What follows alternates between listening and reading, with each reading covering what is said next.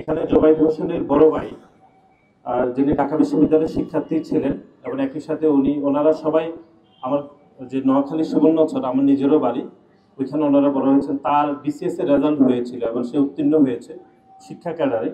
ঠিক সেই দিনে এরকম একটা পরিবারের মর্মান্তিক একটি ঘটনা তাদেরকে শুনতে হয়েছে। এটা আমার কাছে মনে হচ্ছে খুবই মর্মান্তিক একটি ঘটনা, যে বড় ভাই বিসিএস পরীক্ষা উত্তীর্ণ হয়েছেন, ছোট ভাই এরকম একটি হত্যাকাণ্ডের শিকার হতে হয়েছে।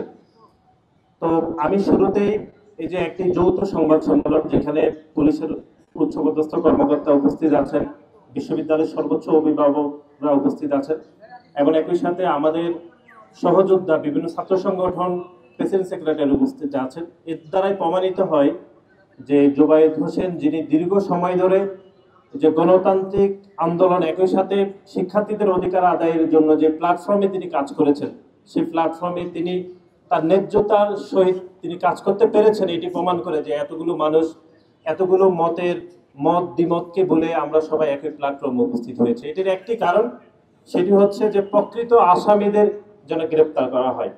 আমরা গতকাল থেকে এখানে আমাদের সংগঠন হিসাবে আমরা উপস্থিত হয়েছি। আমরা কিন্তু প্রকৃত আসামিদের গ্রেপ্তার করার দাবিতে আমাদের অবস্থান ছিল। আপনারা জানেন যে গণ অভ্যুত্থান পরবর্তী সময়ে বাংলাদেশ জাতীয়তাবাদী ছাত্র দলের 4টি হত্যাকাণ্ডের শিকার হতে হয়েছে এবং 4টির ধরন কিন্তু একই, যে ছুরিকাঘাত করে হত্যাকাণ্ডের শিকার হতে হয়েছে। এবং সদূর সুবর্ণচরের প্রত্যন্ত গ্রাম থেকে পড়াশোনা করে একটি পাবলিক বিশ্ববিদ্যালয়ে পড়া, এটি অত্যন্ত কষ্টকর একটা বিষয়। আপনারা জানেন সবাই, আমার নিজেরও সুবর্ণচরের বাড়ি।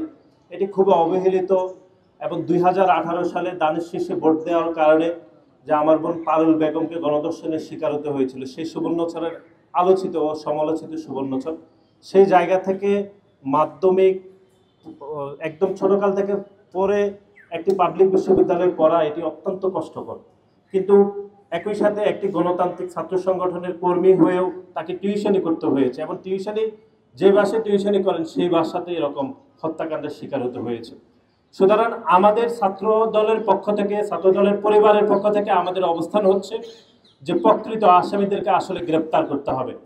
এবং আমরা বিভিন্ন কথা শুনতে পাচ্ছি যে আমরা সেগুলো বিশ্বাস করতে চাই না। এখানে পুলিশের সর্বোচ্চ কর্মকর্তা উপস্থিত আছেন, যিনি এই এলাকার দায়িত্বে। আমরা আপনার নিকট উদাত্ত আহ্বান জানাতে চাই যে কোনো ধরনের যে ফাঁক-ফোকর অথবা ফিসফাস যে কথাবার্তাগুলো চলছে, সেগুলো আমরা বিশ্বাস করতে চাই না। প্রকৃত আসামি যে গ্রেপ্তার করা হবে, তারা যদি সর্বোচ্চ শক্তিশালী হয়, তাও আমরা মনে করি যে প্রকৃত আসামি গ্রেপ্তার হবে।